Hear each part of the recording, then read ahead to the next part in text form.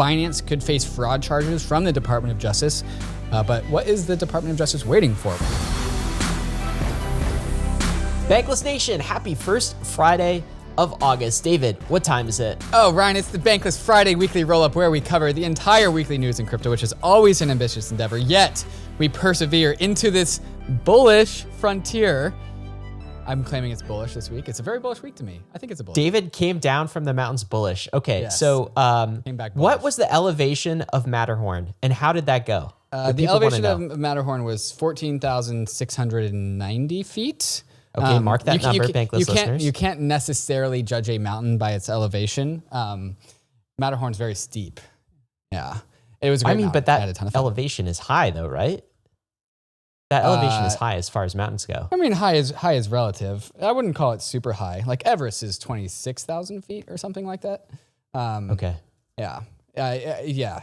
I was definitely like feeling the altitude. That's for sure. Did you see my comment? That's going to be the elevation of Matterhorn is going to be the top price of Ether during the next bull cycle. So give us that number again. 14,000 what? 14,690.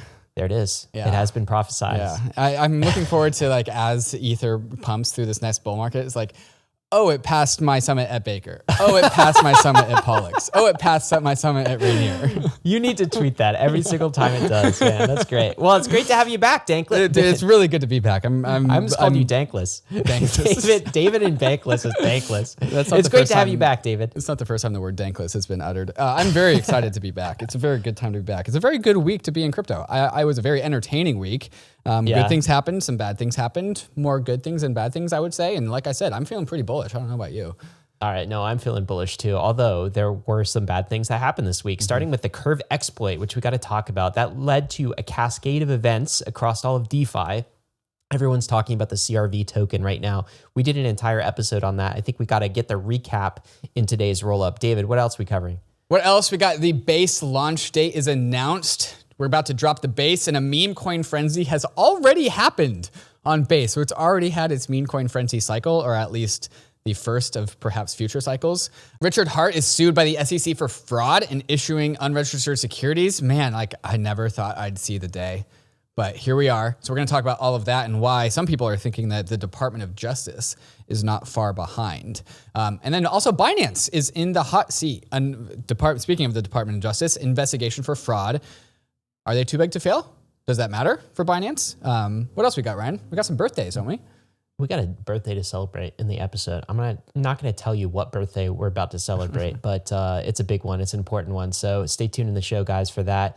David, while we're here, we got to shout out our friends and sponsors over at STADER, a new staking protocol that is also decentralized, which is very exciting. David, what's going on with STADER? What do they want the Bankless Nation to know? Brand new staking as a service protocol on the scene with as low as 4 Ether for your bond. So if you want to run a node with STADER, not just stake with STADER, but run your node with STADER because it's a permissionless protocol, you can do this. You only have to stake 4 ETH. It's one of the lowest capital requirements that I've seen. They also are issuing SD token, the native token of the protocol, to people who stake. So if this piques you, there is a link in the show notes to get started staking with STADER. Staking with STADER kind of rolls off the tongue. All right, let's go see what's cracking. Oh, thanks, Kraken, for these fantastic charts. What's Bitcoin price on the week? When did you think of that one? Not going to lie, it was a while ago. You know, I've been waiting for that. Been waiting for you to come down the mountains. Oh my God, I'm glad you did. Bitcoin started the week at 29,400, down 0.3% to 29,330. Bitcoin lost a whopping $70. So that is flatter than flat, I would say. That's pancake flat right there on the week. How about ETH price? ETH price a little bit actually down. A little bump? Yeah, down. 18,075 down 1.5% to 1,840. I didn't say 18,000. We're not there yet. That's later. 1,875 down to 1,840. Yeah, 18,000 would be past your Matterhorn peak there. You got to climb a higher mountain for that to happen. Yeah, okay? That's exactly right. That's a great excuse to go climb another mountain. Don't. Man, I was, I'm not going to lie, a little bit worried for you on this one. You know, you're posting about like snow conditions and, you know, whether you should do it or not. And so I think we're good for now. How about the ratio? ETH Bitcoin ratio? Yeah, down about 1.5%. So 0.062. It's stayed in the low 0.06s for a while now. Can I zoom out here for a second? It's been kind of flat summer, hasn't it? Yeah, Like, where did we start this it's summer? been flat since the start of the last bull market. It's been flat for a very long time. It's been like 2 years now. I'm looking back in June. And then this is what Ether does. It is a stable coin, and then it goes vertical. All right. Well, it's great. We found our stable coin finally, the decentralized stable coin we've been waiting for. How about the crypto market cap, David? 1.2 trillion. Over 1.2 trillion. All right. Hey. But man, we've been up, the total crypto market cap, I mean, it goes up, it goes down, but it's been on an upward trend for 7 months in a row now. Yeah. Ever since FTX. Yeah. I mean, not too bad to be above a trillion, as we always say. David, let's talk about all of that ETH, what it's doing. What is it doing? It's getting staked. Yeah. This is crazy to me. Look at these numbers. Can you read them out? I mean, this isn't new news. It's just the news is that there's more of it happening. 25 million Ether staked is the threshold that we have recently passed. 22.5 million is actively staking, with 2.5 million, over 10%, is actively queued up to stake. Waiting to get in. Waiting to get in. Wow. Yeah. And I think there's like a 30 to 40 day wait time now. Yeah. Like if you're in the queue, you got to, in order to get in the staking club, you got to wait 40 days, 40 which is days pretty to get in the club, incredible. Man, a lot of interest there. But what happens when more ETH is staked? That means yield goes Yields down. go down. Yield go down. Yeah. Okay. Is that okay? Are we happy with that? We don't care, Yeah. do we? Goes up, goes down. Yeah. I don't know. It's part of the game. Part of the game. I mean, y'all can all please unstake, and I will gladly take your issuance. We'll take the issuance. David will take all the MEV. Let's talk about another type of yield, and that is interest payments. Interest payments are the fastest growing U.S. federal expense. Did you know? What is this chart that we're looking on? They're about to pass $1 trillion. I'm of course talking about how much the U.S. government has to pay in interest on its debt. Because, the U.S. government is in a lot of debt. Look at this chart right now. What are we looking at? We are looking at the chart of government debt. It looks like a shitcoin parabola. That's how I would describe this. So in 1991, we were looking at maybe $4 trillion of government debt. It had already started to increase pretty fast at that point for the decades prior. Moving up to like 2005, we're at a doubling of 8 trillion in debt. Moving into 2012, we're at 16 trillion, so another doubling. 2019, 22 trillion of debt to where we are now at $32 trillion in debt. And that makes, according to this tweet, about $1 trillion in interest payments that the government has to make this year. That's a lot of money. This is more than the U.S. spends on defense. Yes. And the U.S. spends a lot on its military. Defense. That sounds like spiraling debt. Well, related to this, Fitch. Fitch is a ratings agency, so they rate various debts of different kind. Fitch downgraded the U.S. debt rating, basically their credit worthiness, to AA+ from AAA, and that apparently one is a grading lower than AAA is AA+. These ratings, I think, could do it with a redo, but whatever. Crypto can't fix that yet, David. Their statement was why. So why did they downgrade the U.S.? A few reasons, 3 primarily. Fiscal deterioration over the next 3 years. Okay, that means they expect the legislators and Congress and the president to continue spending. Number 2, a growing general debt burden. We just saw it. Yeah. $32 trillion. Number 3, erosion of governance related to its peers. So the U.S. having an inability to actually govern itself. Some of the comments that they gave are pretty funny. The U.S. government lacks a medium-term fiscal framework. I think that's related to the governance issue. Like they just, we can't govern our own spending. The budgeting process is extremely complicated, they cited. U.S. politicians don't really know what's going on with their own budget. Quote, you're too confusing to even be a proper government. Wait, who said that? Okay, I'm quoting Kyla Scanlon, who's quoting. So we're hearing this through the grapevine a little bit. But then also they cited the rising costs of Social Security and Medicare. We got an old population. And just like shout out to Kyla and her humor. Boomers are booming. Very true. Luke Rahman has a take here. The U.S. cannot mathematically sustain their debt and deficits without sustained negative real rates. That's a problem when you raise rates. So don't tell me the downgrade doesn't make sense. Tell me which suckers at the card table collectively have a big enough balance sheet to hold 32 trillion in debt at negative real rates. Yeah, that's the question. I don't know who's buying bonds, David. Do you? Who's buying bonds? You buying any bonds? Not me. I'm buying bonds. Ether bonds. the internet bond. Yeah, the bonds that are both giving you real yields and also capital appreciation. Yeah, I remember talking last week. We were talking about like the Fed, because the Fed raised interest rates last week, a quarter, 25 bips, if you will. Ooh, bips. I like the cut of your jib, David. You're learning these finance terms. Yeah, you boomer. But the comment I made is like, man, I haven't thought about macro or interest rates. We haven't talked about the Fed pivoting in forever now. It's like the markets kind of has like written off how big of a deal these interest rates are anymore, because they are also slowing down and getting smaller, but also inflation's coming down. But also like all of the points that people have originally made is like, sure, we can jack up interest rates to combat inflation, but the Fed has a date with destiny, and that destiny is to print money at some point in time. And so I think there's a decent possibility that the markets have written off the pivot. We've forgotten about it, but at some point in time, the money printer must resume. And whether that's 1 year, 3 years, 5 years, 10 years, I don't know. But like, I think the market has written that off. David, you're starting to sound a little bit like Ray Bullish? Dalio to me. Yeah. Yeah. Oh, I guess you're bullish crypto. You're bearish government debt. Do you remember? I think it was a couple of rollups ago where I asked this question about all this Fed tightening. I mean, interest rates raised from basically close to 0% all the way to above 5%, right? And I remember being told at that time, and a lot of the prognosticators were saying that will absolutely devastate everything. Like that will be a catastrophe, widespread job loss, like stock market will go down, like all of these bad things would happen. And so, I was told the Fed tightening would nuke everything. And the question is, why didn't it? Guess what? I think Ray Dalio is a listener to the Bankless podcast because he heard that question, maybe, and wrote his entire post about that this week. And thanks, Ray. He answered the question, and I think he did a good job answering it. Here's the take from Ray Dalio on why. There was a big government engineering shift in wealth from 1, the public sector, the central government and central bank, and number 2, the holders of government bonds, 2, the private sector, which are households and businesses.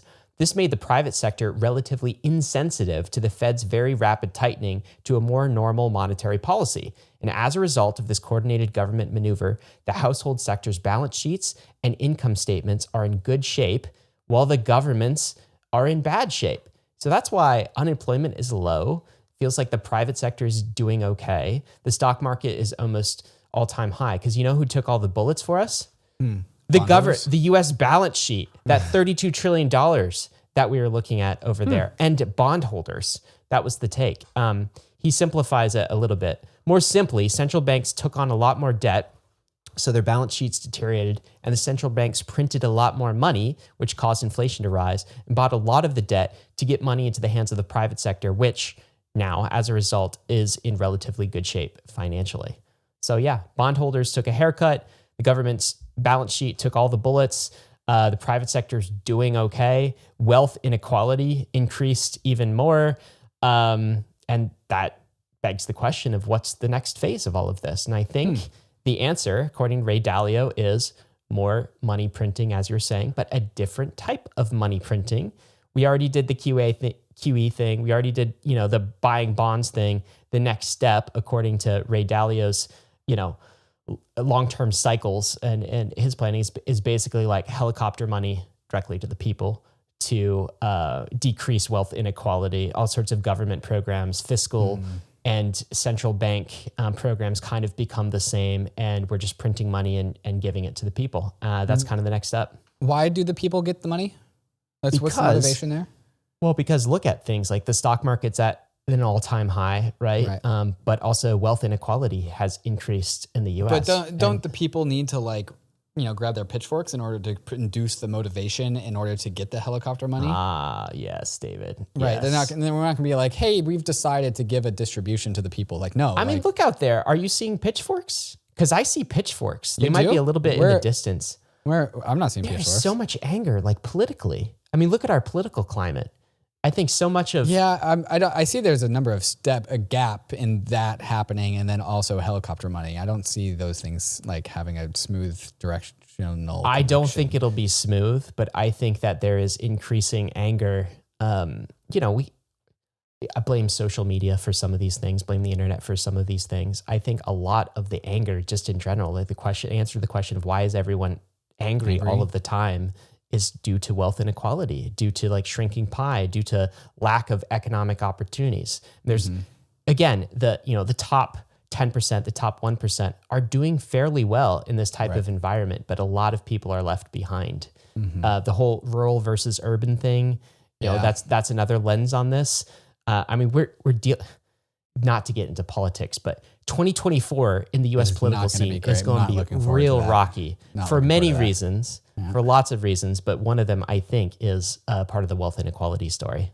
Yeah. And I think one of the big things that people were looking for is a depreciation of housing prices, and that has not happened. Like if you bought at the real estate at the top of the market in 2021, you're doing just fine.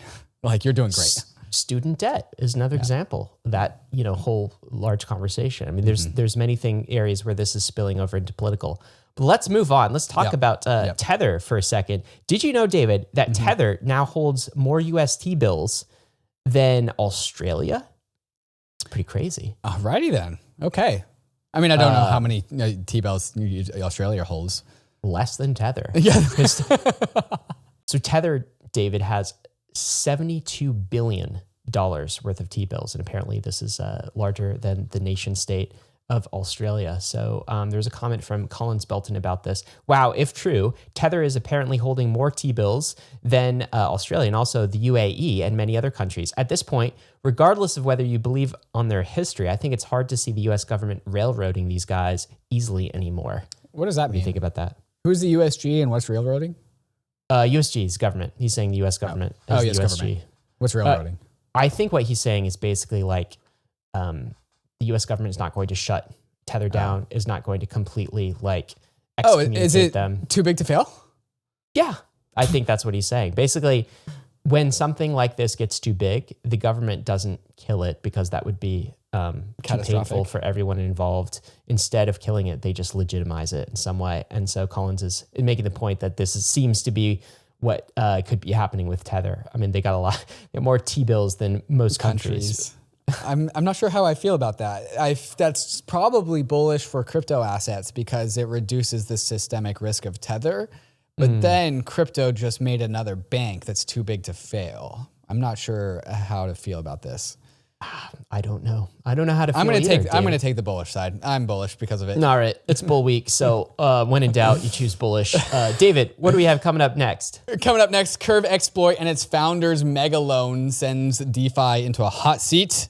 Base surpasses Arbitrum in daily transactions and it's not even live yet. And a protocol has celebrated its 8th birthday, starting to throw a little bit of breadcrumbs your way. We'll figure out who or what it is. But first, a moment to talk about some of these fantastic sponsors that make this show possible. We're going to hear what's cracking from KRAKEN. Let's go hear from them right now. KRAKEN Pro has easily become the best crypto trading platform in the industry. The place I use to check the charts and the crypto prices, even when I'm not looking to place a trade. On KRAKEN Pro, you'll have access to advanced charting tools, real-time market data, and lightning-fast trade execution, all inside their spiffy new modular interface. KRAKEN's new customizable modular layout lets you tailor your trading experience to suit your needs. Pick and choose your favorite modules and place them anywhere you want in your screen. With KRAKEN Pro, you have that power. Whether you are a seasoned pro or just starting out, join thousands of traders who trust KRAKEN Pro for their crypto trading needs. Visit pro.kraken.com to get started today.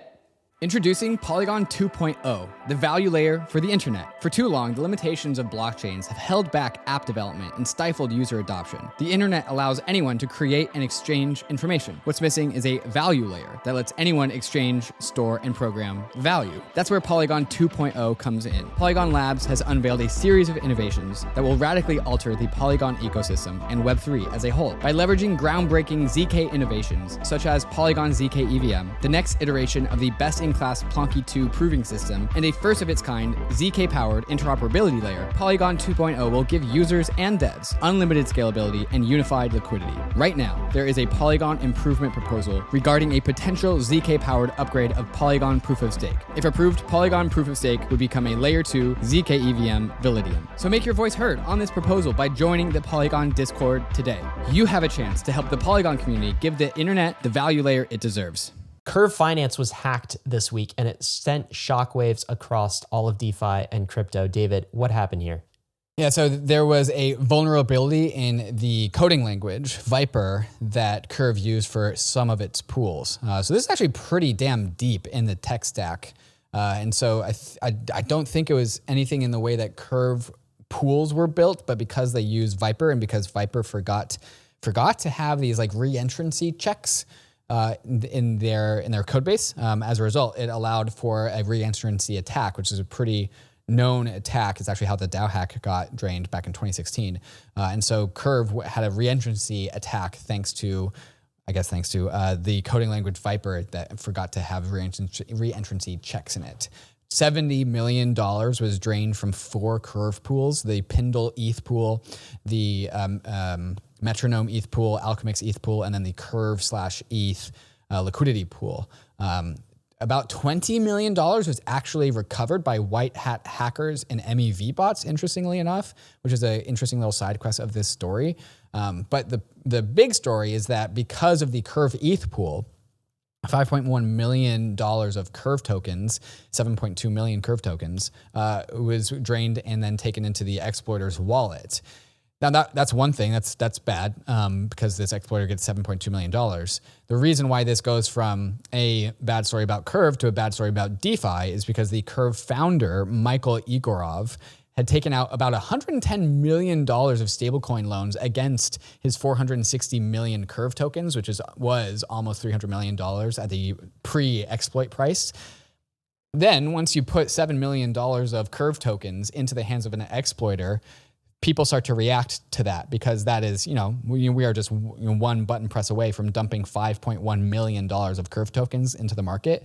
So people start to withdraw liquidity. People who are providing liquidity to Curve across DeFi, either in stablecoin pairs with Curve or ETH pairs with Curve, they start to yoink liquidity because they don't want to get dumped on. So liquidity starts to dry up around Curve.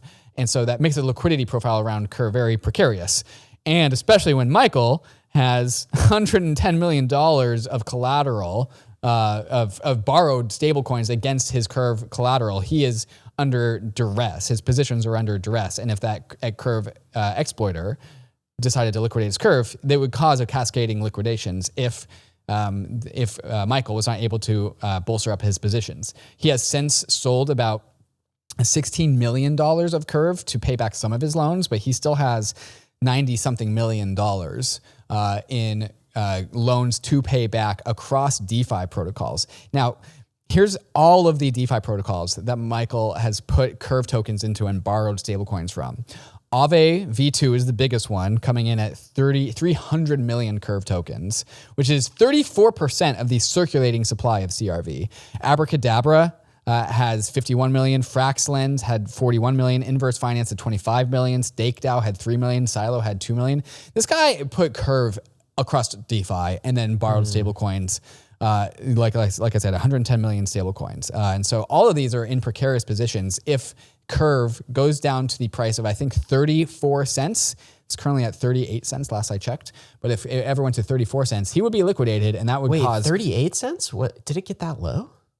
It did flash crash that low, but not to the point of it actually being liquidated in DeFi protocols. So we're still good here for now. Curve price is currently at 58 cents, which is where it was 24 hours ago as well.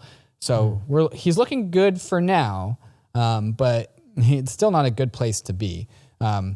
Why? What did this man do with the $110 million that he borrowed from all these DeFi protocols? Well, just a few months ago, he happened to have bought a $40 million mansion and also a second one. So he's got 2 million, like multi-million-dollar mansions in Melbourne, Australia, that he bought. One of them he bought just a few months ago. I don't know about the other one. Seems like it could be related to the stablecoin borrowing, but seems we like don't know that. for sure. We don't know for sure. Let's say. So that's a question, I suppose. Yeah. So there's actually a ton more in this story, and we did a 45-minute, an hour-long episode yesterday that got released. So we are just kind of giving the highest level of recaps. So if you want to catch up on this and go dive down into this, there's a fantastic article that Bankless, the Bankless newsletter team put together. Shout out Jack. And then also we use that article to inform a podcast that we put out yesterday. And so we have just given you the high level recap. The story goes very deep. But that's it right there. I mean, the TLDR is we're going to be okay. This is not systemic beyond right now the CRV token. Yes. And CRV also, token, and also if you are a DeFi protocol governor, then who has CRV as collateral, you need to pay attention. But other than that, you're fine. Some cool things going on in the layer 2 world. This is, after all, layer 2 summer. It's been layer 2 summer for about 2 years now, but exactly it's right. definitely layer 2 summer now. The base mainnet has just been announced, that the launch date for that. That date is, you ready for it, David? August 9th. Okay, this is next week. The next rollup you hear, base mainnet, will be launched. There's already been some activity on base mainnet as well. Should we talk about that? Yeah, sure. So Base has been open for developers to go build stuff, and some developers have definitely built stuff, and some people have just went on and minted tokens and meme coins and started trading them. And so this has been like the news of Base in this last week or so. This BALD token was launched on July 30th, so just like 4 days ago. It's literally called BALD, right? It's called BALD. It's called BALD. Why is it called BALD? Because there's a meme that BALD founders are bullish. I'm pretty sure that was Degen Spartan that started that.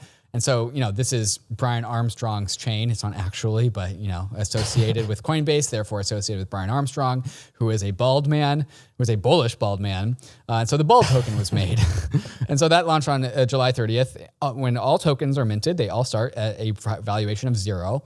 And that went to $50 million in market cap in just under a day, with over $100 million of trading volume. Now, this is a pre-mainnet base. One of the reasons why this just rocketed to $50 million in market cap is because you can't actually leave Base. You can only go on Base. You can't go out of Base. There's no off ramp. There is now since an off ramp, but while this thing was pumping, there was no way to get off of Base. And so BALD token just created $50 million out of thin air. And you know what happened next, Ryan? Tell me. It was a rug. And so as soon as it hit $50 million, the BALD deployer yoinked over 1,000 Ether of liquidity, and others removed 6,800 Ether of liquidity, and another person released 1,800 Ether of liquidity. So over about 10,000 Ether was yoinked of liquidity.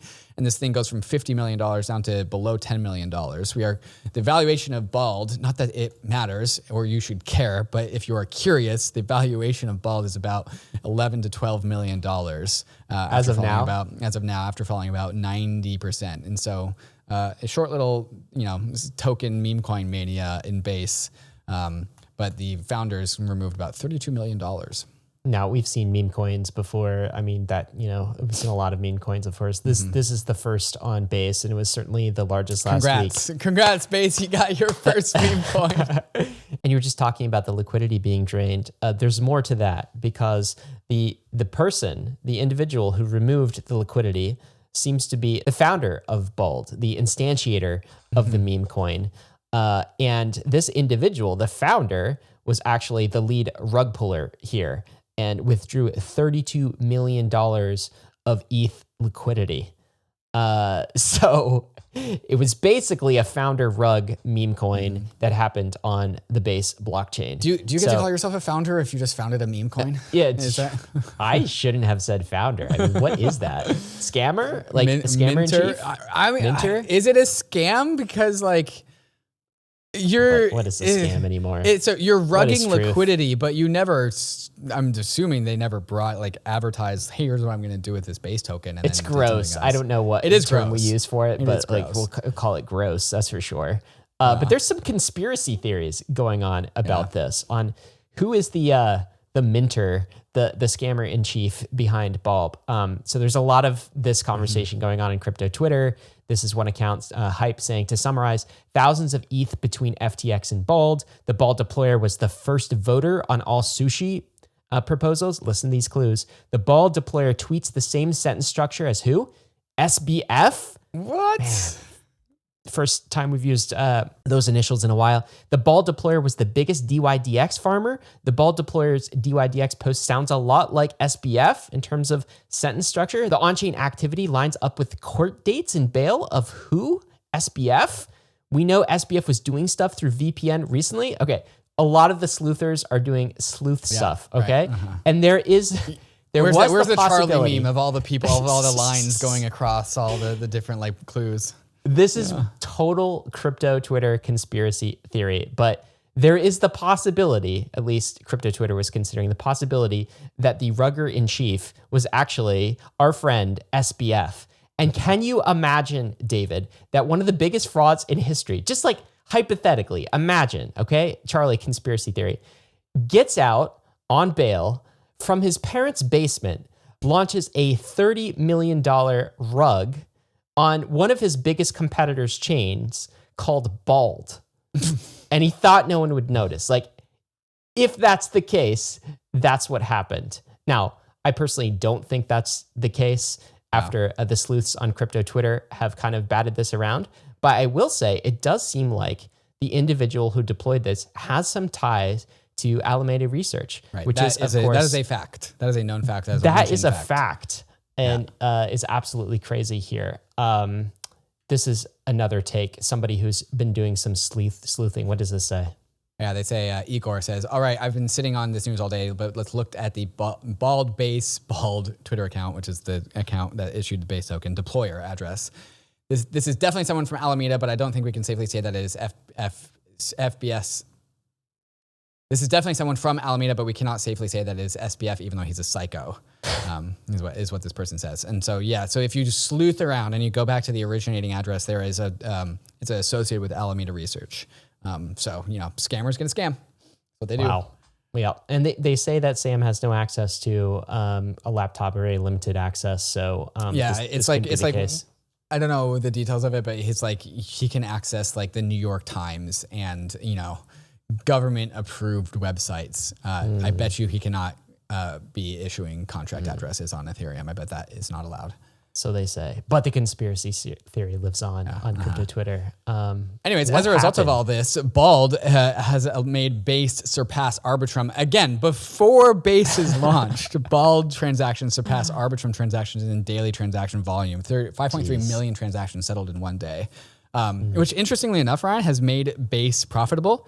So the layer 2 Base sequencer has accrued $700,000 of profit in just 3 days, which is about $85 million on an annual basis. Now, this is straight alpha for coin price, in my opinion. Do you think Wall Street analysts understand how to value that thing? It's not even on Mainnet and Base, Coinbase. Whoever is validating Base. Sure. I think 15% of these profits goes to the Optimism Collective, actually. But on an $85 million annual basis, pre-mainnet launch, that's what Coinbase would get. I doubt Wall Street's considering this, although Coinbase does have an earnings report that's coming out shortly, so maybe we'll see something in that. I'll take a look at that. I don't think Wall Street's considering it, although, and so you're saying this could be a bull case, although you could also make this a bear case, because the driver of all of this profit was a scammy meme coin. And it's possible that US regulators point to Coinbase and say, so this is your crypto chain that you say is going to revolutionize finance in the world. And the very first big hit on it and a driver of your profit is a scammy meme coin rug pull, right?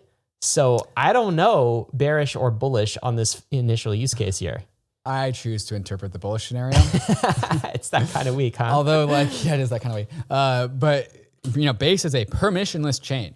And just in case anyone was confused, you do not need to go through KYC to get on Base, you can go to the Base layer 2 through the Ethereum layer 1 without doing any sort of KYC.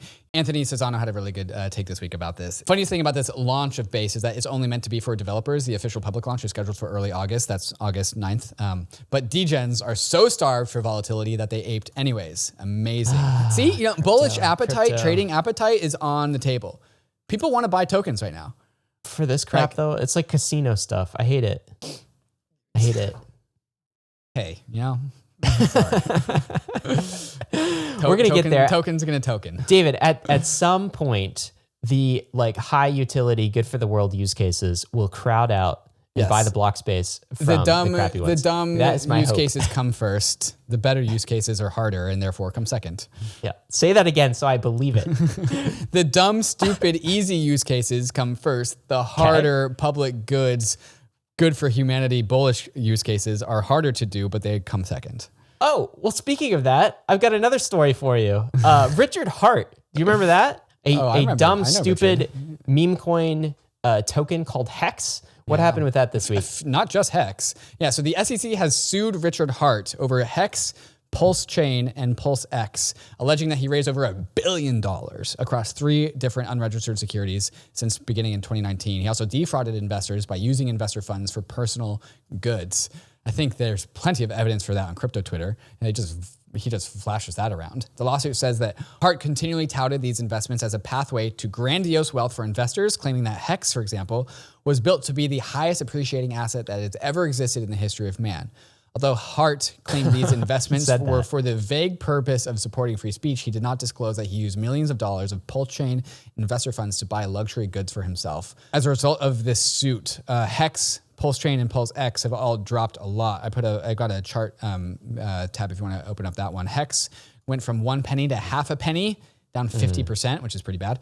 Pulse Chain went from 0.001 dollars, so 1/10 of 1 penny, down to 6/100th of 1 penny. This is really annoying because the denomination on these are so low, because that's part of the strategy here. And then Pulse X goes from, I'm sorry about this, 0.00003 down to 0.000018. We should do these in market caps. It's also hard to see the market cap on these things just because of the way that these, But anyways, HEX is down 50%. Pulse Chain is down 40%. Pulse X is down 40%, which is pretty bad. I put these 2 charts together. I've layered on the HEX chart on top of the Terra Luna chart and also scaled it up to market cap. Did you know that at its very peak, HEX was double the market cap of Terra Luna? Wait, what? Yeah. It was worth HEX, $80 billion? At the peak of HEX. It was a top 10 token, bro. At the peak of HEX. No, it wasn't. It was. Yes. What is wrong with this industry? Dude, this is what we've been doing, man. What? It's not great. HEX was $80 billion, 2x the valuation of Luna before Luna went to 0. Yeah. Oh, man. Okay. This is another part of the story, David. Uniswap, at least on the user interface side, delisted the HEX tokens. The official Uniswap user interface basically delisted it. Now, does that mean that Uniswap, the protocol, has also delisted HEX? No, it does not. It does not mean that. Why, David? Specifically the front end. So Uniswap.com does not let you, the front end website that you find in your browser, does not let you buy or sell HEX anymore. Uniswap protocol does not know about the Uniswap.com front end. Those are different pieces of technology. There's many different ways to access the Uniswap protocol. So HEX is still trading on Uniswap. No token can be, has ever be, or will ever be delisted from Uniswap, the protocol. But the Uniswap Labs company, who operates the Uniswap.com front end, has disabled the ability to buy or sell or interacts with HEX in any particular way, which I think is just completely fine. Can I ask you something? Sure. Right. So as I was thinking about HEX, right? So there's no question in my mind this was sort of a self-promotional meme coin for this individual, Richard Hart. His real name is Richard Schuyler, by the way. So I'll call him that. Richard Schuyler, I think. Sure, it's not as cool as Richard Hart. I mean, he used this to personally get wealthy. I remember, David, as part of the kind of the ledger leak, all sorts of addresses were leaked, these sorts of things. I actually received a physical mailing from Hex and Pulse Chain No fucking promoting way. their token, No right? way. I don't know that this came from Richard Schuyler or who this came from, but like on Twitter, everything, it was very clearly a pump and dump Right. mimetic scam coin promoted by an individual, right? So it's incredibly distasteful, not what this industry should represent. We could go on about it. I think the question in my mind is, what is the actual difference between Hex and XRP though? All right. So here's the problem. I worry with the SEC. I cannot defend this individual, this project, cannot defend it at all. But if you give the SEC an inch, they'll take a mile. And I expect they will make similar arguments that they made in the XRP case, in the Hex case. And who is willing to defend Hex, yeah. Richard? Who is willing to defend Hex? Who's willing to defend Pulse Chain? I'm certainly not, right? But is it a security? Is the asset itself a security? Is Bald Coin a security? Are all of the dog coins a security? I don't think they are. So I'm not entirely excited that the SEC is coming for a token. I'm sort of excited about the outcome that, hey, we get another kind of scammer off the streets, right? That's great. That's great. But what about the precedent? What's your reaction to that? What do you think about this? Yeah, I think the point that you are making is that XRP and Hex, it can be claimed that they serve very similar purposes, which is to enrich the issuing entity. The major difference between Ripple is that they actually had some intent of doing interbank settlement transfers, as scammy as one might think Ripple is. They actually had some intent of building something. And one might say that Richard, well, he did build a chain. He raised $1 billion and maybe he spent $1 million actually building the thing that he promised to. But the intent is just so different. Also, I don't think ever Ripple directly touted financial gain about XRP. And the lawsuit says, Hart continually touted these investments as a pathway to grandiose wealth for investors, claiming that Hex was built to be the highest appreciating asset that has ever existed in the history of man. That I don't think Ripple ever did that. I guess what I'm saying is I don't know that this passes the Howey test any more than XRP does. Yeah, if we went through the litigation process, I think what you're saying is you would find the reasons why XRP is not a security might be similar to the reason why Hex is not a security. Yeah, and so then the intent of the founders is so subjective, right. Or the intent of the issuers is so subjective. And then you're saying okay, while we can't support Richard Hart and I would like to see him punished, is this the method that we want to see that happening? And I think you're calling into question that. And I'm happy just to take, this isn't the appropriate way of using Occam's razor, but just taking the simple approach of saying I don't give a fuck. I want the man in jail. I just worry about the precedent this sets in general. It's Gary Gensler stacks it up as a win. What an easy target. It's kind of the same thing they did with the SBF, basically, which is of course, SBF was a scammer and no one could defend him. And then they go and they present and they see Exhibit A, this is what crypto is. Here's your God. Here's your hero. His name is Sam Bankman-Fried and he perpetrated one of the largest scams in history. That's all crypto is. And they win their cases that way and they chip away at us. So that's what I'm worried about, the credible neutrality is. But what's weird is now it sounds like I'm defending Richard Schuyler and Hex and Pulse Chain, and I'm Hands not off doing Richard, that. SEC.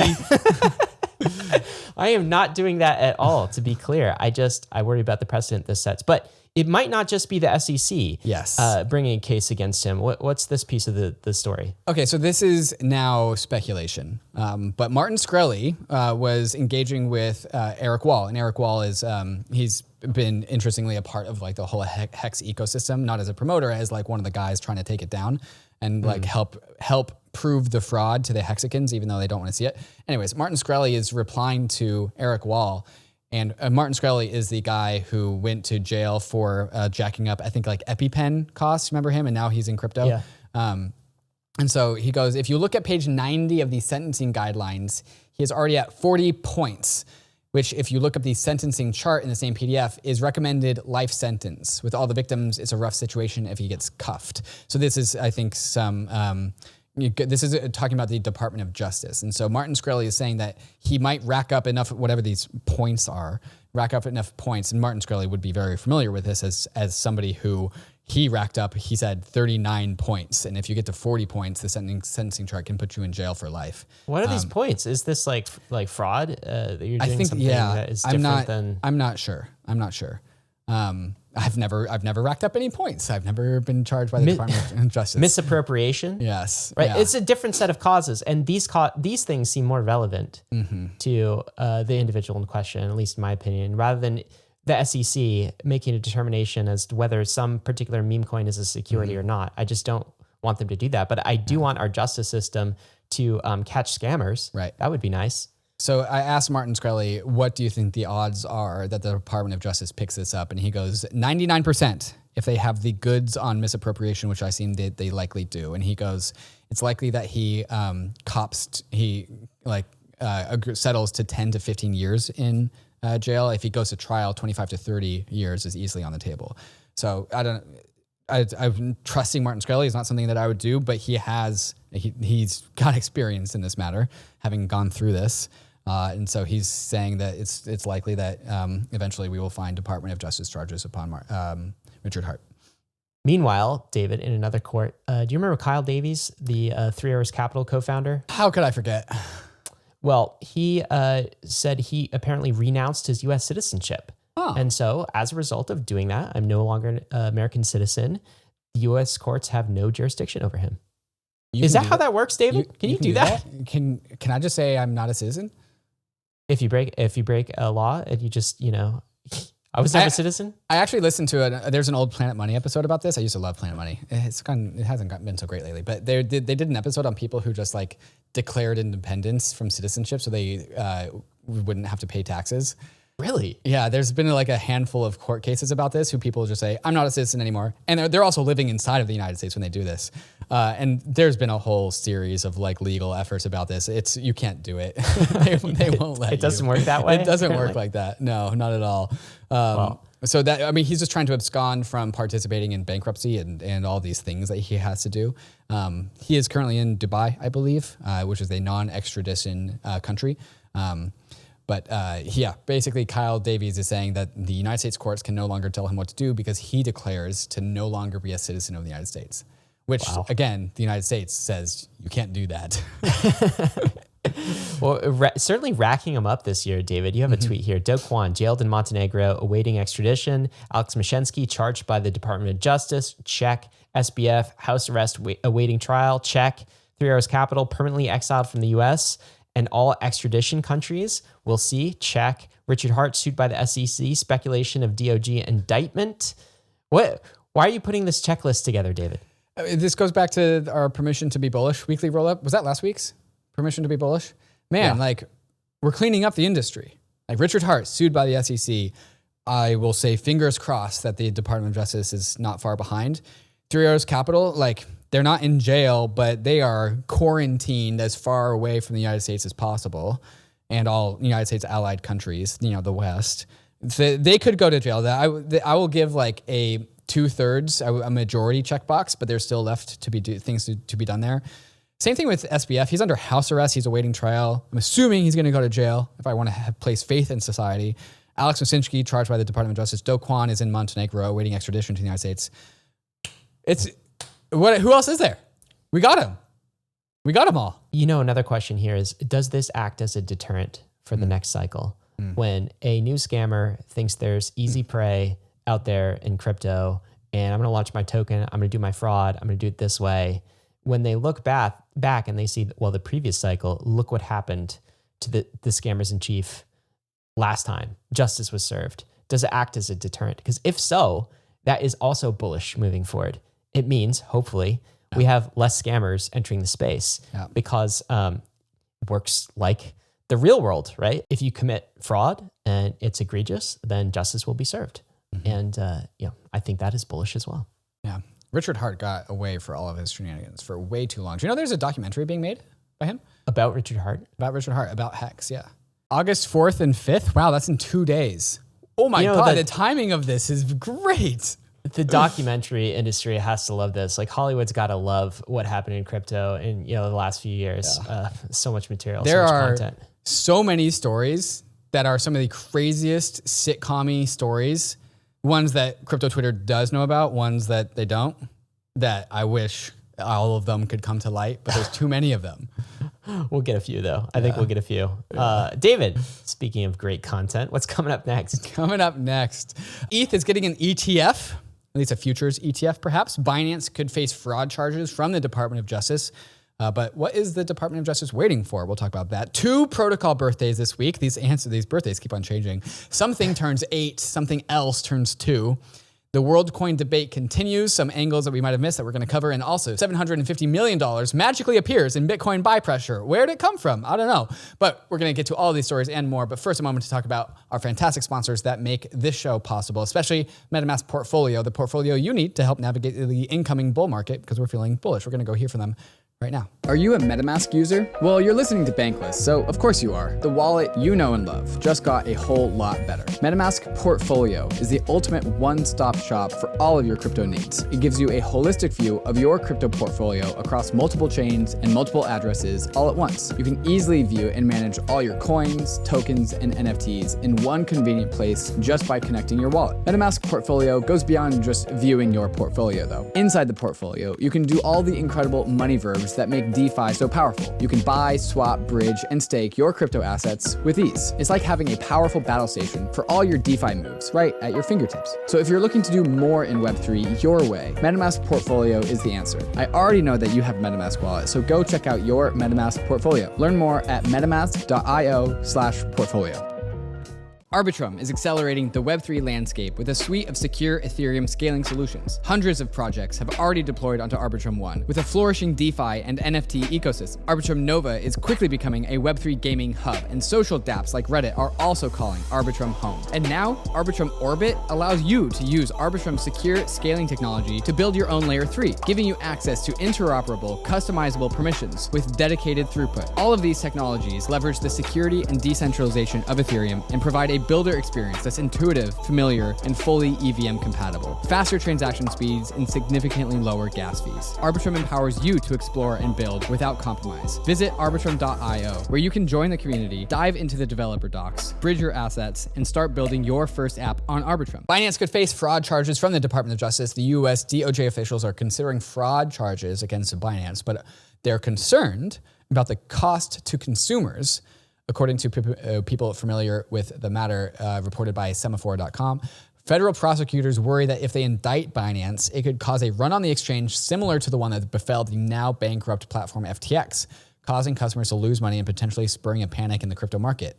Binance and its co-founder CZ are already facing charges, of course, from the SEC, in addition to the Commodities Futures Trading Commission. So the Department of Justice wants to charge Binance with fraud, but they're not going to out of fear that it will cause an FTX-style run on the bank, which is interesting. Do you want to interpret that as bullish this week, David? Okay, so either CZ and Binance are completely solvent. There's probably fraud, but there could be completely solvent, and they're not getting charged by the DOJ because the DOJ doesn't understand how to tell the difference between FTX and Binance, or Binance does have a hole in its balance sheet and the Department of Justice does know something, and so this is a real concern. I'm going to cautiously go with the former because I kind of am grouping Binance and Tether FUD as the same things. Like I've heard 10,000 Tethers FUDs. I've heard about 5,000 Binance FUDs. But that is the news. Yeah, who knows? It's always been our take. Like it's really hard to speculate. You just don't know. I guess my speculation though is there's no way this is as bad as SBF if there's something here. No way. There's no way. Yeah. But there might be something here. We don't know yet. But CZ's response, as usual, is what? Four. What does that mean? He tweeted this out for the morning of. Four is his shorthand for ignore FUD, fake news, and attacks. So nothing going on here, just four. What would you expect me to say, CZ, right? Yeah, no matter what, four. Yeah. David, did you know this, though? China is actually Binance's largest market by far. 20% of their trading happens in China. And I thought crypto was illegal in China, but apparently it's the largest market for Binance. You know what I don't know is how does China feel about Binance? How does the Chinese government what is their stance towards Binance? Do they care about it? Do they not care about it? Do they think it's good? Think it's bad? I don't know the answer to that question. I don't know the answer either. Although, didn't Binance originate In China? Yeah. and then had to move? Yes, there's they got crypto kicked bans. out. It's Yeah, not friendly jurisdiction, so it can't be super friendly. I mean, they're not on great terms. Right. But this is crazy. Do you know, even if Binance totally pulled out of the US and Europe as a result of this, they'd still be the largest crypto platform in the world in terms of trading volume. It's pretty That's how big Asia is. It's pretty hard to state how big Binance is. Binance is like Wow. like 70 to 80% of all crypto trading volume, and Coinbase is not 15. Maybe it is 15-ish. Yeah. We'll watch that. We'll have to see how that evolves. David, it's birthday time. We've been teasing it the entire episode. Whose birthday was it this week? It's Ethereum's birthday. Ethereum turned 8. Ethereum turned 8 on July 30th. Is when the first proof of work block got minted by Ethereum in 2015. It's been a crazy, crazy journey. Here's Lefteris on the day of the, and I'm pretty sure that's Vitalik, on the day of the first block of Ethereum. Yeah. Wow. 8 years. You know what's crazy? I came in, I remember coming into crypto, and this is something I tell all newcomers into crypto. I came into crypto in 2017, 2 years after Ethereum got started, and I felt so late, so incredibly late. And now we're 8 years into Ethereum, and people coming in probably in 2021 probably feel the same. Crypto has a way of making you feel late. 8 years, man. It's 8 years. Look, that's what, like second grade? I mean, that's still pretty young. Like just an 8-year-old. Yeah, it's very young. Yeah. $400 billion in secured value. You add up all of the tokens, $3.6 billion in annualized profits. Thanks Ultrasound Money for that. And a total of 17.8 million blocks of uncensorable digital property. That's not too bad for an 8-year-old. Not bad. Yeah, it's not better than me at 8 years old, that's for sure. Happy birthday, Ethereum. And maybe to celebrate, something's going on in the Ether futures ETF race. What's this? Yeah, so here's what Ether gets for turning 8. It gets an ETF futures. And so a handful of companies, Bitwise, Van Eck, ProShares, Grayscale, Volatility Shares, have all submitted an ETF futures for Ether. 6 of them. All at once, interestingly enough. That's actually, when you think about it, 8 years time to get here, that's not too bad. Not too bad. Like all the way from like just a project in a white paper in somebody's head, all the way to like the CME regulated futures for a new type of digital commodity. That's pretty amazing. Yeah. How much is Ether market cap right now? 150 billion? No, something I like think that? it's like 200 something. I mean, it's like top 50 assets worldwide. Yeah. $220 billion market cap. Well, there you go. Doing great. Doing great. That ETF might happen before the Bitcoin ETF, which might be interesting. Now, this is not a spot ETF. This is a futures ETF, and Bitcoin already has one of those, but this would be the first time. Yeah. So that's kind of cool news. And David, as usual, the Canadians are ahead. While Americans are fumbling around with the futures ETF for ETH, powerful Canadians will start staking ETH in their spot ETH ETF later this month. This is DJed Spartan. Canadians already have a spot ETH ETF. So what is America waiting for? Wow. I think that's the question. I love how it's staked. That's so good. Yeah. So the It's ETF staked. isn't Ether. It's staked Ether because of course it would be. It's that way makes better. sense. Buy your Oh internet my bond God, that's in there's the going to bond. be so much ETH staked. They're going to nuke our yields, bro. We're totally going to nuke our Goddamn yields. Canadians. David, that wasn't the only birthday though. We also have to celebrate another like baby birthday, a 2-year-old. It's coming up this week. It's not yet. So we are on the cusp of EIP 1559 turning 2. This was the first week of August 2021 is when Ether started being burned for the very first time. As of now, as of 2 years, $10 billion of Ether has been burned, which is just nuts. $9.6 thousand of Ether burned every single minute for 2 years in a row. David, somebody brought this to our attention. So that is EIP 1559. So that's a different type of burn on kind of transaction fees. What would happen if we started burning MEV? Oh, you mean as in what is going to happen in the future when we put MEV burn into the protocol? I mean, that's a likely future trajectory. What are we looking at here? We're looking at a chart of Ether burn with and without MEV burn. With MEV burn, we would be what? Very deflationary, this looks like. So without MEV burn, we have been net deflationary by negative 0.285%. Okay. With MEV burn, we would have been negative 0.5%. So we would be twice as deflationary with MEV burn than we currently are. Almost twice. Almost twice. Man, the furnace just keeps getting bigger. Love it. And it's and Ryan, it's still a bear market. The bull market's ahead of us. Imagine the burn. Imagine the burn then.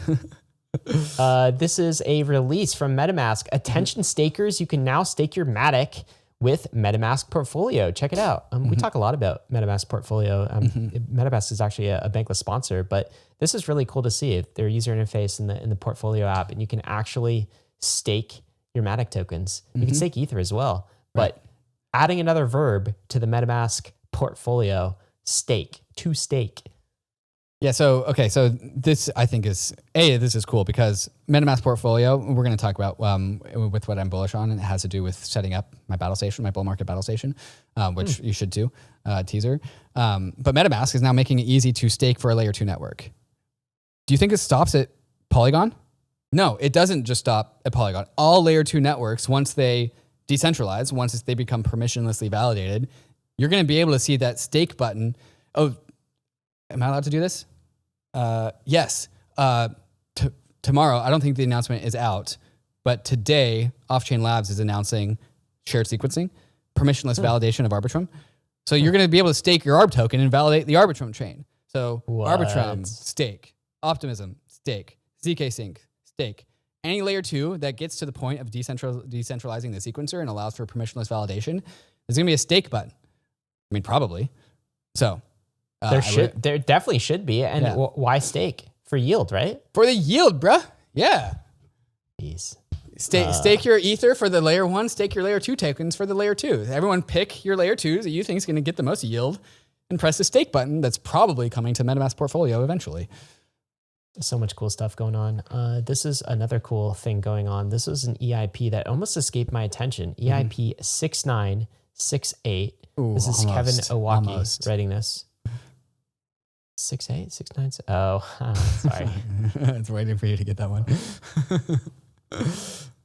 Cut me not getting that joke. No, don't do that. Keep it in. Keep it in. Enables ecosystem chains. What is an ecosystem chain? It's a chain with contract secured revenue, CSR. That means the contract deployers can earn sequencer fees when their contracts consume gas. Okay, break this down for the layman. What is this EIP proposing? Yeah, so this is, remember Canto? Remember the Canto chain that had a brief moment of, but no, went no longer. Don't slam, David. So Canto you couldn't help yourself. Canto was all about a chain because of CSR, contract secured revenue. So if you built a chain, a contract on Canto, you would get fees at any time as a developer. You would get fees any time that somebody used your contract. Is like a sustainability mechanism. So this has, like all things, anything that's been put into a chain is now an EIP for Ethereum. This is the way that it goes. This is, never mind. EIP 6968 is contract secured revenue for layer 2. So this is meant to be for layer 2 specifically.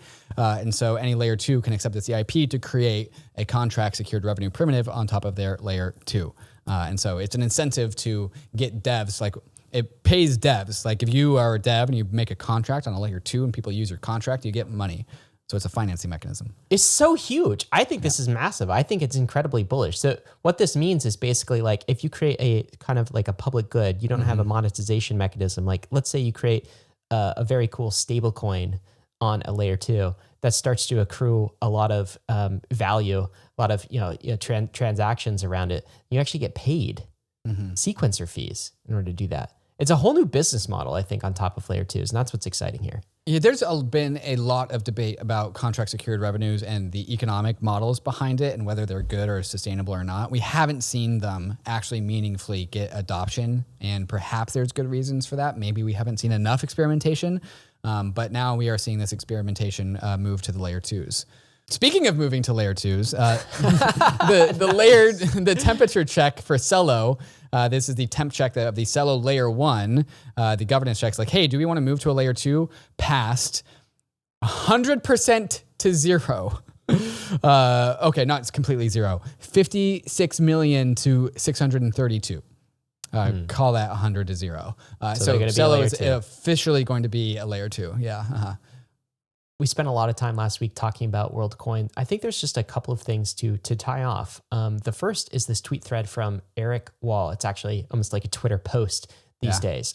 It's pretty long, so we probably can't read all of it, David. But what's the TLDR here? Eric Wall does a fantastic job just unpacking technical subjects for laymen, and so it's simply too long. It's almost 1,000 words, I'd say. So I can't read it. It would take 5 to 10 minutes, but there's a link in the show notes to go read this tweet thread. I think if you want to understand the strengths and weaknesses of WorldCoin and specifically where those weaknesses are and why this thing might not work, this tweet thread is for you. He just unpacks all the nuances very, very well. And so if you just want, if I feel actually like complete on the WorldCoin conversation because of this tweet thread, this is just such a weird, awkward photo of Sam Altman. God, this is a Mid-Journey photo, David. There's no way this is real. There's just no way this is real. It's gotta be. Yeah, you're right. Yeah. A human would not know not to pose like that.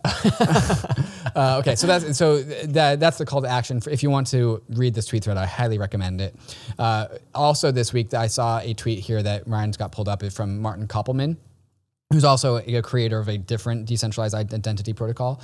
And so he was retweeting this tweet that did some address analysis from WorldCoin addresses. So they've detected, like in this tweet, in this image, 3 different clusters of WorldCoin addresses that all appear to converge down to one address. And so it looks like 130 individual addresses actually are just 3 people.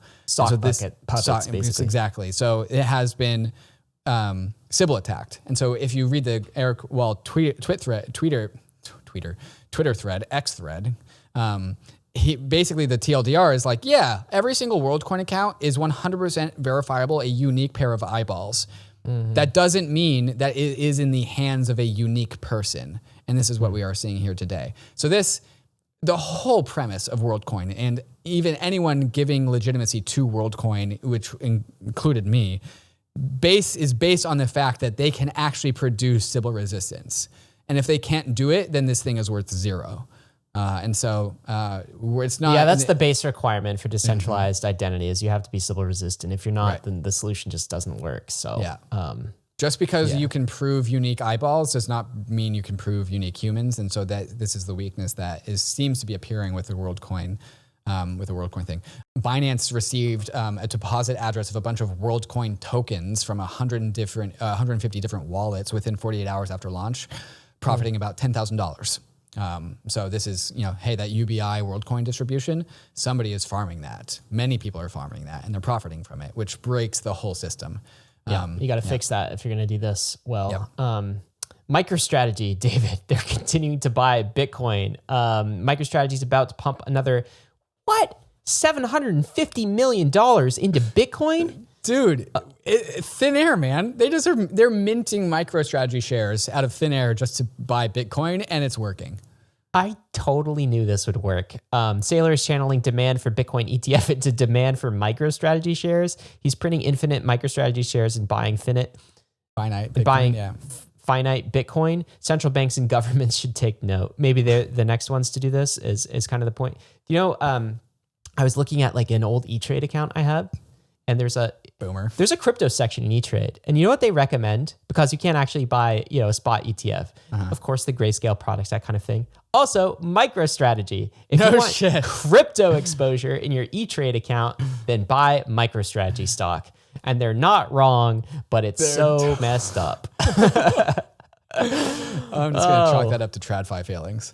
Last bit of news here from DCG says it's close to reaching an agreement on its Genesis Chapter 11 bankruptcy. So in a letter to investors, DCG says, after a month of tireless negotiations led by DCG leadership, we are close to reaching an agreement in principle to resolve the claims in the Grayscale Chapter 11 cases. So we expect to bring these cases to a close soon.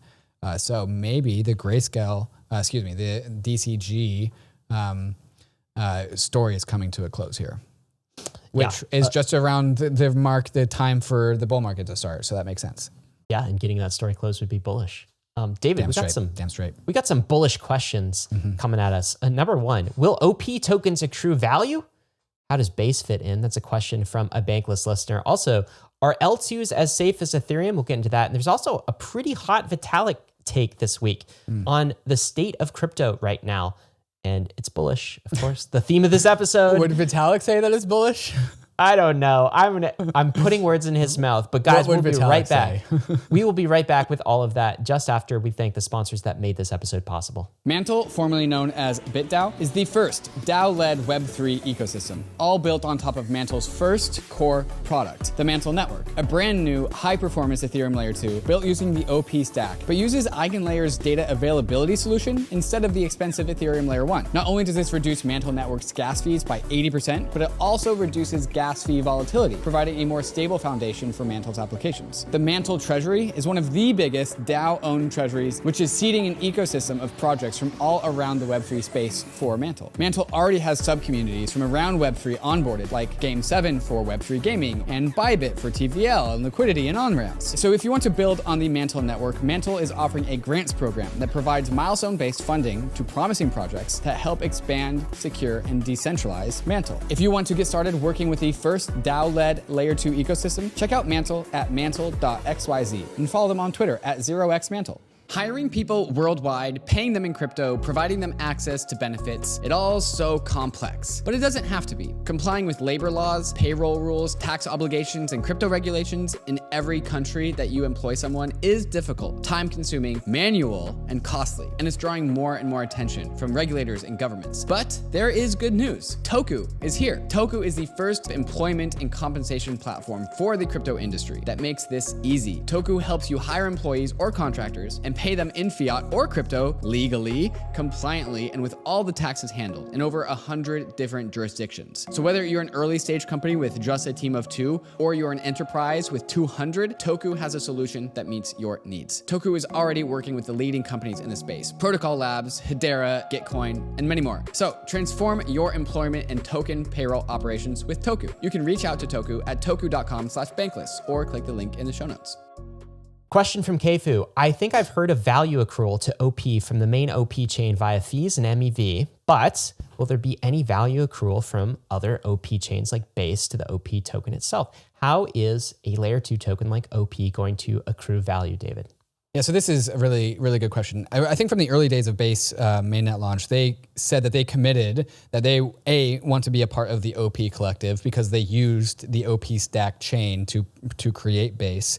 And being a part of the OP collective means that you need to contribute some of your sequencer fees of your layer 2 towards the OP collective to help finance the retroactive public goods funding effort, to basically put the money in the OP collective. It's like a tax on revenue kind of thing. I think the number is 15%, 10 to 15%, I think is right. We are, like I said earlier in the episode, we are doing a episode with Ben Jones and Jesse from Base about the law of chains, which is how this standard is going to be set. And if you are an OP stack chain and you want to be a part of the super chain, you must abide by the law of chains, which assures some level of block space quality and assurances, while also like what does it mean to be a part of the OP collective? And that's probably where a certain number, I think the number is 15%, but it's probably up to governance anyways. That's kind of cool. It's like a confederation of chains. It's a union. Yeah, it's a union of chains. Yeah. You can choose to be a part of it or not, but if you do choose to be a part of it, you have to pay your taxes. Yeah, exactly. Right. So 15% of that base revenue that we were talking about earlier goes to the Optimism Collective. The Zora chain, 15%.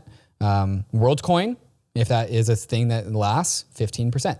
I think, again, do your own research. If the 15% is the correct number, I will ask Ben and Jesse what that number is when we do the episode with them. But I think that number is public somewhere. That was announced way back when with the base chain. Anyways, we will get those details. So that's how this works. So this is the model for the OP stack chains. If you want to be a part of the super chain, if you want the composability, if you want the network effects of Optimism, you got to pay the tax to the Optimism Collective. Here's a question from KiwiDog4. Once we have ZK rollups with permissionless sequencers and trustless bridges, will L2s have basically the same security guarantees as L1? This has also been a Twitter debate recently that I've heard. So the question of, will layer 2s have the same security guarantees as their layer 1? What's your take on that? I think the operative word is will layer 2s have basically the same security guarantees as layer 1? And yes, basically they will. There will always be some nuances. There will always be some smart contract risks because layer 2s are smart contracts. But with permissionless sequencers, trustless bridges, all of the things that decentralize layer 2 chains, also with some time, some Lindy, layer 2s will give you basically the same security guarantees as layer 1s. And that is why we are doing the layer 2 roadmap. That's why Ethereum is a rollup-centric roadmap, because we have found ways to make scalable chains have the same security guarantees as the layer 1s. It's always been part of the vision. And so I don't even necessarily think ZK rollups are the only, will have a monopoly on this. It's just they have a little bit faster path there. Optimistic rollups will have also have the same security guarantees, but that is the layer 2 vision. The layer 1 and the layer 2s, those lines blur once we get to permissionless sequencers, trustless bridges, et cetera, et cetera. Yeah. So a couple thoughts on that or follow-ups. Addending what you just said, it's important to realize none of the chains are there today. Mm-hmm. All right. So you can see this on layer 2 beat. That's what I have in front of us. A lot of them are at stage 0, doesn't offer that full decentralization, or stage 1, which is kind of training wheels. They need to get to stage 2. And that's where everything is permissionless. All the sequencers are completely whitelisted. Upgrades are handled correctly. Well, those are the caveats. And we're certainly not there yet with layer 2s. The other thing I'll say is there is this dependency on the trustless bridge from Ethereum to a layer 2 on that working. So there's some smart contract code there, of course, and smart contract code can have bugs. So there's that dependency as well. But for all intents and purposes, it's almost the same security guarantees as the layer 2 once we get to this stage 2 level for across these rollups. Remember when layer 2 only had layer 2B only had like 4 or 5 layer 2s on them? Oh, those were the days. Scroll down. How far is it? Oh my God, it keeps on going. 29 layer 2s. We just getting started, David. Once Ether hits all-time highs, how many layer 2s are going to be on layer 2B? Question for you. Make a prediction. Ether all-time highs? You mean the summit amount? What's all-time highs? You talking about this cycle? $4,900 for Ether. Once Ether breaks all-time highs. And Matterhorn elevation? Hitting the Matterhorn. Yeah. Okay. How many layer 2s will be on layer 2B? Ooh. I'm gonna guess 900. 900. That's my Matterhorn number. Oh, that's my Matterhorn number. Okay. Maybe all-time high. I'll say 300. Okay. I was gonna go with 100, but that seems a little low. I'm gonna go. Can I give a range? I'm more bullish than you. 100 to 150 layer 2s on layer 2B when Ether breaks all-time high. All right. Yeah. It's on. The bet's on, David. Yeah. Some takes this week. This one from Vance Spencer. What's he saying? Vance Spencer says, it's important to internalize blue chip DeFi or anything was a meme last cycle. Nobody was generating sustainable cash flows, and to be honest, the industry was a shit show. Yeah, kind of was. Launching a successful protocol and 15 VCs funded forks would come in with tokens and vampire attack you. This cycle is different. Real sustainable cash flows with paths to scale. Large markets, all competitors now dead or thoroughly discouraged. No VC money to fund second, third, fourth, fifth place. Consolidation, blue chippery. I think what Vance is saying is we're off of the shitcoin roller coaster and we are focusing on quality and fees. That was one of my big takeaways from ECC is like the maturation and verticalization of so many DeFi protocols. And this is the take that Kane Warwick gave me ECC 2022 a year ago. We are in now a bull market for fees. I mean, turns out we were going through a bear market actually, but Ethereum people, we're always just like a couple of years ahead of the curve and our takes are just a couple of years too early. But we're witnessing a layer 2 summer. Protocols that capture cash flows, basically. Fees. Fee revenue. Yeah. Mm-hmm. Now they don't flow to the governance token yet though, right? Like Uniswap doesn't have its fee switch. Well, it has the fee switch, it's just not on. It's not on. Yeah. Turn it on. Let's stop it. He continues and Vance says, we figured out where aggregation points are and who the long-term incumbents in DeFi will be. We figured out some protocols are features and are likely to be rolled into larger incumbents. Exactly what I was saying. If you squint a little bit, you can see the fang of DeFi is assembling. The Fang of DeFi, which Vance is saying is Smell, SMELL. I don't actually know if he's actually articulated which ones they are. S is probably we know what they synthetics. start with, though. Yeah, S is synthetics. M is Maker. I don't know what E is. Well, for people L who aren't is familiar- Lido, and the other one, the second L is, I don't know. Well, for people who aren't familiar with Fang, though, that these are the tech companies, right? Like we got Facebook, Apple, Amazon, Netflix, Google. Yeah. Does Maybe Netflix that- still belong to be there? I don't know if Netflix belongs to be there anymore. What is the other A, Alphabet, or is that Apple? That's a Apple? good question. Anyway, it's up for debate. Maybe it's Well, who else would the Maybe G we don't be? It's Apple. It's Apple and Amazon. yeah. Apple, G's Amazon, Netflix, Google. We figured it out live. Look at that. Look at us, David. This is a tweet from my co-host here, a take for the week, maybe. Can you feel it? The bull market has started. I feel it, David. I'm hitting feel like. it? I'm hitting retweet. The comments. Not everyone feels it in the comments. Oh, really? Yeah, not everyone feels it. People are I saying- feel it. Anthony feel it. Sassano feels it. He says the bull market never left. Come Anthony's like he doesn't. It doesn't count when you say you're bullish every single day. Can you feel it? The crab market keeps crabbing. That's a reply. Maybe it's just a crab market, David. we have doubled the market cap over the last 7 months. All right. The bullish. I'm claiming the bull market has started. Is what I'm saying. Going to Matterhorn. I think you can feel it. Yeah. What are you bullish on this week, David? What I was bullish on last week was that, hey, I'm just bullish, which is also what I'm bullish on this week. I'm just bullish. But I will tell you, I'm doing something about it now. I'm setting up my battle station, my bull market battle station. And so what does that mean? What does that mean? That sounds awesome. Yeah. I bought a cheap little computer to do all my signing, which is not my work computer. So I'm taking my signing and having a cheap little computer that is my crypto signing computer. I recommend this for anyone who downloads files or works on their computers like me. And so I'm getting a dedicated signing computer. And also just setting up all of the websites and infrastructure that I once was a skill, which got rusty in the bear market because, appetites for tokens are gone in the bear market. So this is like, dexscreener.com for people that want to stay ahead of the game on dexes. And just making sure that you have your situation prepped to make moves and make moves quickly during the bull market. Because if you want to make money in the bull market, you need to be pressing buttons. You need to be pressing send transaction. You need to be approving transactions. You need to be doing things. And so I think would behoove everyone to get their wallets in order. Make sure that I've had problems with my web browser attachments, my extensions, getting those fixed, making sure that you are moments away from making a move if you need to make a move. And just setting up your setup so you can know the state of your things, perhaps MetaMask portfolios for you, sponsor.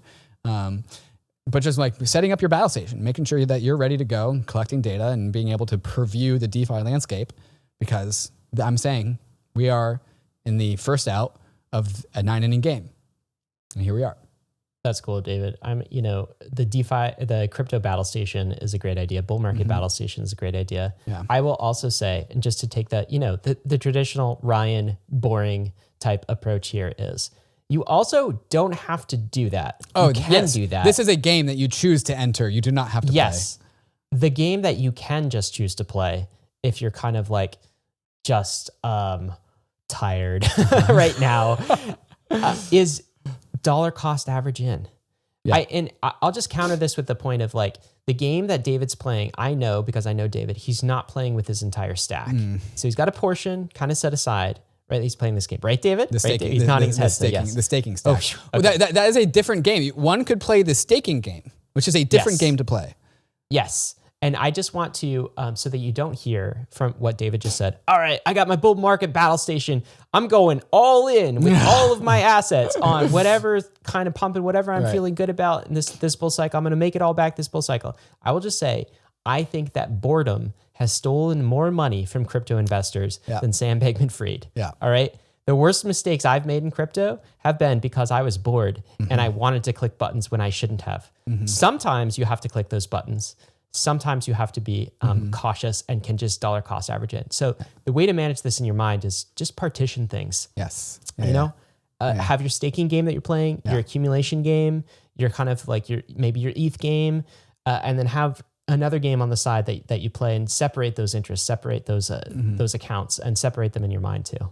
I think it is worth noting that there are different games to play. The game that I'm talking about when I'm setting up my bull market battle station is the game that like there was two big victories that I had in terms of financial gain during last bull market. One was YFI at like $2,000 and Loot at 2 Ether. Yeah. Oh, you sold Loot. That was a good idea. I did sell Loot. Not at the perfect top, but I definitely made money. I definitely made money on Loot. And YFI wasn't so fast, but it was still pretty fast. And you needed to be ready and understand things and make your move. Loot was extremely fast. And that's the game that I'm talking about. It's the phenomenon comes and you press buy early and you just ride it and it's a kind of a gamble. Loot was absolutely a gamble. Like it was a fucking text on a JPEG. But that's the game that I'm referencing. And it did not work out long term. It did not work out long term. It worked out for the short term for people who sold. There's other games to play. There is the self-staking at home optimization game where, Ethereum yield is not homogeneous. If you play the game well, can increase your yields just by staking. And so you're not like perusing Twitter. You're not like making gambles. You are just refining your system. I can't play that game nearly as well because I leave and go away from home. And so I can't play that game nearly as well, but that is a very valid game to play as well. So figure out what game you want to play and then set up your battle station for that. Another way to say that, and this is kind of classic Bankless, is as you enter crypto, choose your character class. Yes. You start like your Diablo account and some RPG you're going to play. What are you going to be? A necromancer, barbarian? Like Amazon. What are you going to be, right? Amazon. All right. Well, so David is doing this hybrid character class of like settler / trader, but he has like a separation of those things. And you have to choose your character class. You can't like jump from character class to character class or you'll get beat up in this market. Right. There you go. Yeah. All right, so I've got my battle station set up, Ryan. What are you bullish on? What's your battle station look like? You know what? Well, it's not exactly a battle station, David, but I will tell you what I'm bullish on this week. I am bullish on founders that stayed. The founders, the protocol, the DeFi founders in particular, that did not orphan their projects early. I feel like that happened with a lot of DeFi projects, right? As they got orphaned, kind of the founders left, the parents left before they could grow into functional adults. But there are a number of founders who stayed. And I'm very bullish on those founders, and as a result, I'm bullish on those projects too. Synthetics, Kane is one. He kind of left, but now he's back a little bit. He left with good reason to decentralize the protocol, and then he came back also with good reason. Yes, Aave is another. Stani, Uniswap, Hayden Adams is still there. There's a whole list that this Twitter thread pumped out. DeFi Dad talks about the founder of Curve, the founder of Frax, the founder of Instadap, the founders of Balancer, Liquidity, Nexus. All of these founders stayed. And I just want to give a big shout out to the founders who stayed. They are settlers, not tourists. And I think we have the potential to build the fangs of DeFi, as Vance was saying. And it's going to be done not over one cycle, but over multiple cycles. Right. And so big shout out to all of the founders who have just dug deep and had the grit to actually stay through these cycles. I think the results will show for themselves. Yeah, 100%. And also, I will also say that MakerDAO, not just not just Rune Christensen, but there's a number of very early MakerDAO OGs who are still working on MakerDAO and then also have gone off to found other projects. And so, not to say that like, hey, you must stick with your first project and your first baby until the end of time, but just staying in crypto, like Bankless was not my first job. So sticking around just generally is always the way to wealth and success. I totally agree. You know what, David? We missed the Vitalik take. We did miss the Vitalik promised that. Take. We teased it. Yes. Okay. What did he say? This isn't a tweet. This is just what we were talking to Vitalik about privately, where he says, I feel like crypto culture might actually be the best that it's ever been in 2023. People's biggest complaints, amazingly, seems to be that, quote, there's too much focus on infrastructure. Yeah, which, I've said that. From the point of view of almost any other socio-political system in the world today, sounds like not a complaint, but a success story. It's honestly really heartening to hear Vitalik say that crypto culture isn't the best place that it's been, because crypto culture has not always been so great. Like we just spent some of this episode. Yeah. We spent some of this episode talking about the bald token and Richard Schuyler. So it feels good when Vitalik says it. What do you think about this point? That it's actually I'll use the words bullish. Vitalik wouldn't use these words. Yeah. The focus on infrastructure is actually bullish, though. Yeah. Well, I think he's saying this. He's comparing this from socioculturally. He's saying like, yeah, this is compared to like governments and like cities and organization planners. Like crypto, we're complaining that like everyone's building infrastructure where the rest of the world generally has failing infrastructure, at least the United States does. Yeah. They're and like, so, can we get more infrastructure? right. And so I think even if we're like over indexing on infrastructure, good, because crypto is supposed to last for generations upon generations. Like that's a good thing that we're over indexing on infrastructure. So bullish. You ready for meme of the week, David? I am ready for meme of the week. Yeah. Mm-hmm. Here it is. I think this is you when you came back down from the mountain. This is exactly what are we looking at? Bro. Okay, so this is Pseudo Theos from the Scroll team. So this is the meme of the guy coming back into the room with pizza boxes. And the quote is, "Me taking a day off of crypto." This is how I felt because I left to climb the Matterhorn Sunday morning, and then I came back and all of this was happening. Viper's 0-day bug, Curve exploit, Aave stables depegging, base one-way bridges into ball tokens. This all happened into like not even in 24 hours, dude. This is 12 hours. All of that happened. That was insane.